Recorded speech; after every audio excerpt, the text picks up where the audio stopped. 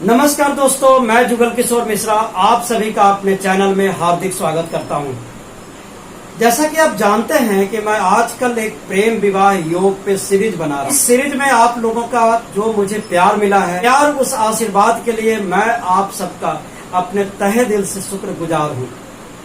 मुझे दोस्तों, जब मैं ये सीरीज शुरू किया, हालांकि इसके सिर्फ अभी 3 वीडियो ही बनाया हूं, लेकिन मुझे कुछ ऐसे कमेंट और कुंडली विश्लेषण के दौरान जो लोग मुझसे पर्सनली मिलते हैं, उन लोगों ने मुझे सलाह दिया कि इस प्रेम विवाह योग के साथ साथ आप उन परिस्थितियों को भी जरूर बताएं जब कोई इंसान किसी से प्रेम करता है, प्यार करता है और उसे अपने जीवन संगनी के रूप में बनाना चाहता है, यानी उससे वो विवाह करना चाहता है, तो ऐसी कब परिस्थितियां खड़ी हो जाती हैं जब समाज के लोग इस शादी के विरुद्ध हो जाते हैं, कई बार घर के भी लोग विरुद्ध हो जाते हैं। तो आज मैं स्पेशली आपको जन्म कुंडली में 1 या 2 ऐसे दुर्योग के बारे में बताऊंगा कि अगर आपकी जन्म कुंडली में ऐसा दुर्योग बनता है तो आप प्रेम विवाह करने की बात अगर सोचते हैं तो आपको कुछ न कुछ परेशानी का सामना करना पड़ेगा। दोस्तों, इस दुर्योग को तो मैं आपके सामने बहुत सरल भाषा में एक्सप्लेन करूंगा ही, साथ के साथ मैं आपको कुछ उपाय भी बताऊंगा। विश्वास दिलाता हूं कि ये बहुत ही चमत्कारिक और शोधपूर्ण उपाय है। यदि आप इसको श्रद्धापूर्वक करेंगे तो आपका प्रेम विवाह भी जरूर होगा और वो प्रेम विवाह सफल भी होगा। चलिए दोस्तों, हम शुरू करते हैं। दोस्तों, ये जन्म कुंडली में पूरे 12 भाव होते हैं। इस पंचम भाव से हम अपने प्यार, लव, अफेयर, बुद्धि, संतान, इन सब चीजों का विश्लेषण करते हैं। और एक भाव और देखते हैं, सप्तम भाव। हालांकि आपकी कुंडली कहीं भी किसी भी नंबर से शुरू हो सकती है, तो आप ये जो मैंने लिखा है 1 2 3 4 5 6 7, ये एक नंबर मैंने दिया है, सीरियल नंबर दिया है। आपकी कुंडली यहाँ 1 से भी शुरू हो सकती है, 2 से भी, 3 से भी, किसी भी नंबर से शुरू हो सकती है। तो आपको देखना क्या है, अब मैं आपको बताता हूं। आप अपनी कुंडली निकालिए और खुद से देखिए कि आप यदि किसी से प्रेम करते हैं, प्यार करते हैं और उससे शादी करना चाहते हैं, तो ये दुर्योग आपके साथ भी तो नहीं है। दोस्तों, प्रेम अगर किसी इंसान का देखना होता है, खास करके जीवन संगनी का प्रेम और लव अफेयर वगैरह को देखना होता है, तो हम पंचम भाव का विश्लेषण करते हैं। इससे पहले दोस्तों, आप एक चीज समझिए, ये जो पंचम भाव के जो मालिक होते हैं, अगर ये दुर्भाग्य से किसी जातक की कुंडली में त्रिक भाव में बैठ जाए। अब ये त्रिक भाव क्या होता है? जन्म कुंडली में 3 भाव को त्रिक भाव कहा जाता है। एक 6ठा भाव, एक 8वां भाव और एक 12वां भाव। यदि पंचम भाव के स्वामी जाकर के 6ठे, 8वें या 12वें स्थान में बैठ जाएं और वो आदमी अगर किसी से प्रेम करता है, शादी करना चाहता है, तो समाज के लोग, घर के लोग, परिवार के लोग इस शादी के विरुद्ध हो जाते हैं। कई बार ये शादी हो भी पाती है और कई बार नहीं भी हो पाती है। कई बार दोस्तों, मान लीजिए इस पंचम भाव में आपकी जन्म कुंडली में 1 या 8 लिखा हुआ है, तो 1 या 8 के जो मालिक होते हैं वो मंगल देव होते हैं। अब यहाँ पे अगर इस पंचम भाव में जो प्रेम, प्यार आदि का भाव है, उसमें मान लीजिए 2 और 7 लिखा हुआ है, तो इसके इस घर के जो मालिक बनेंगे वो शुक्र देव बनेंगे। इसी प्रकार से यदि यहाँ पे 3 या 6 लिखा हुआ है, तो जो आपके पंचम भाव के मालिक बनेंगे वो बुध देव होंगे। यदि आपके पंचम भाव में 9 या 12 लिखा हुआ है, तो आपके पंचम भाव के स्वामी जो होंगे वो बृहस्पति देव होंगे। और यदि यहाँ पे 10 या 11 लिखा हुआ है, तो आपके जो पंचम भाव के मालिक होंगे वो शनि होंगे।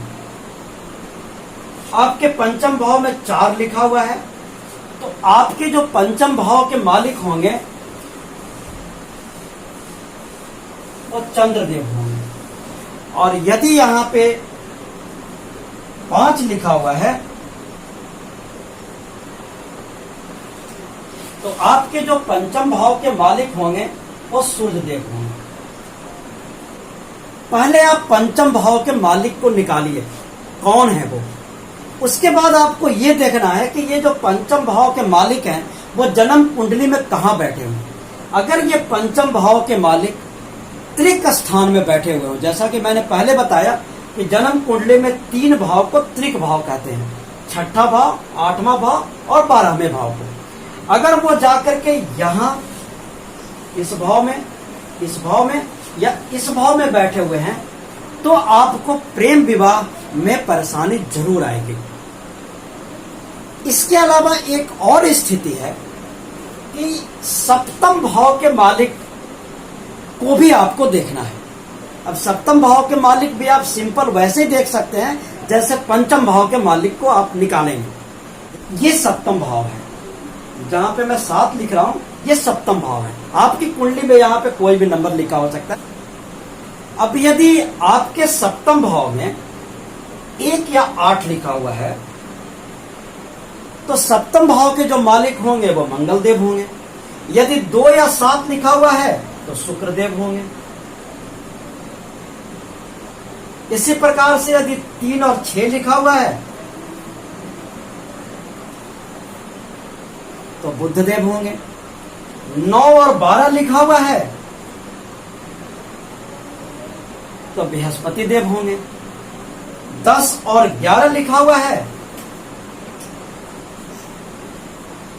तो शनि देव होंगे। और यदि 4 लिखा हुआ है तो चंद्रदेव होंगे।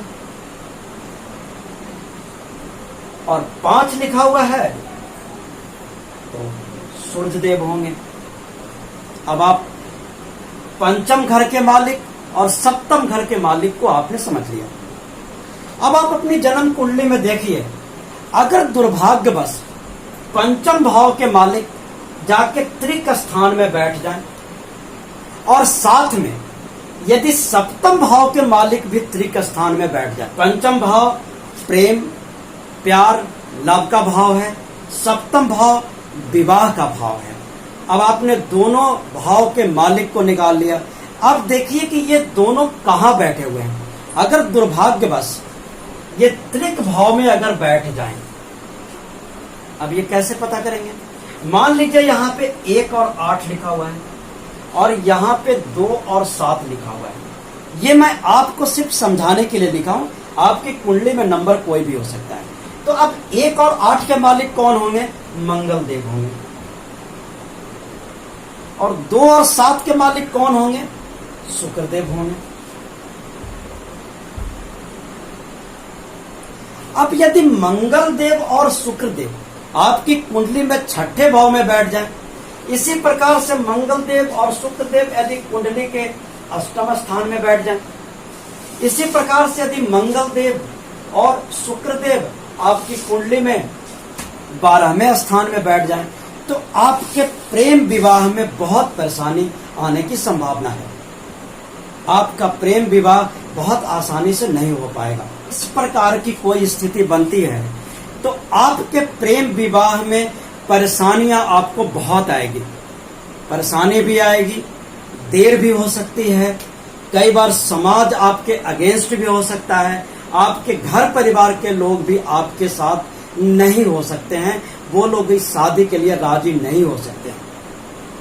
आपको क्या उपाय करना चाहिए आज मैं उस पर भी चर्चा करूंगा। जैसा कि मैंने आपको समझाया, आप ध्यान से इस उपाय को समझिए और करिए।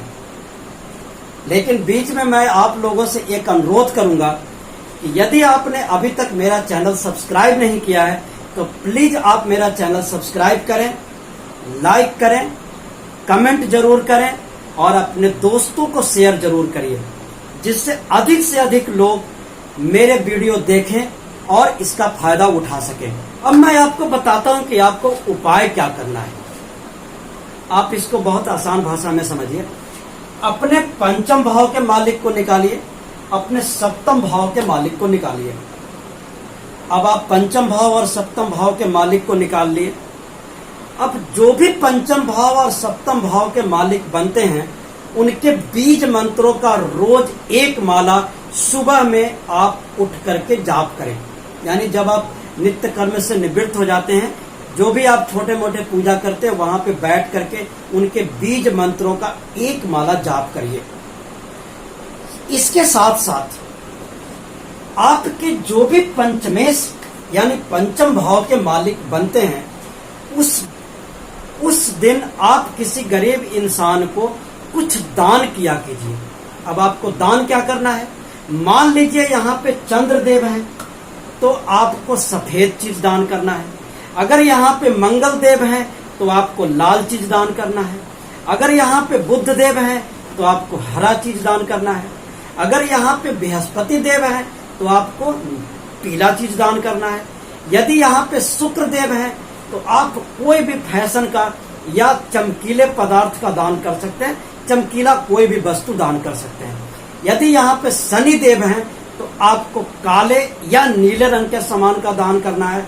और यदि यहाँ पे सूर्य देव बनते हैं या गेहूं का दान करना है। आप ये दो चमत्कारिक उपाय करिए, एक बीज मंत्रों का जाप, दूसरा पंचम भाव के मालिक का दान। मैं आपको आश्वस्त करता हूं कि आपका प्रेम विवाह भी होगा और वो प्रेम विवाह सफल भी होगा। दोस्तों, ये हुआ पंचम भाव के मालिक का उपाय। अब आपको कुछ सप्तम भाव के मालिक का भी उपाय करना है। जैसे आप पंचम भाव के मालिक के बीज मंत्रों का जाप करेंगे, उसी प्रकार से आपके सप्तम भाव के मालिक के भी बीज मंत्रों का जाप करना है। आप सिंपल समझिए, जैसे मैंने यहाँ पे मंगल और शुक्र निकाला है, क्योंकि ये जिस किसी जातक की भी कुंडली होगी, इसके पंचम भाव में 1 और 8 लिखा है, तो इसके पंचमेश मंगल हो गए। 2 और 7 लिखा हुआ है सप्तम भाव में, तो इसके जो सप्तमेश हो गए वो शुक्र हो गए।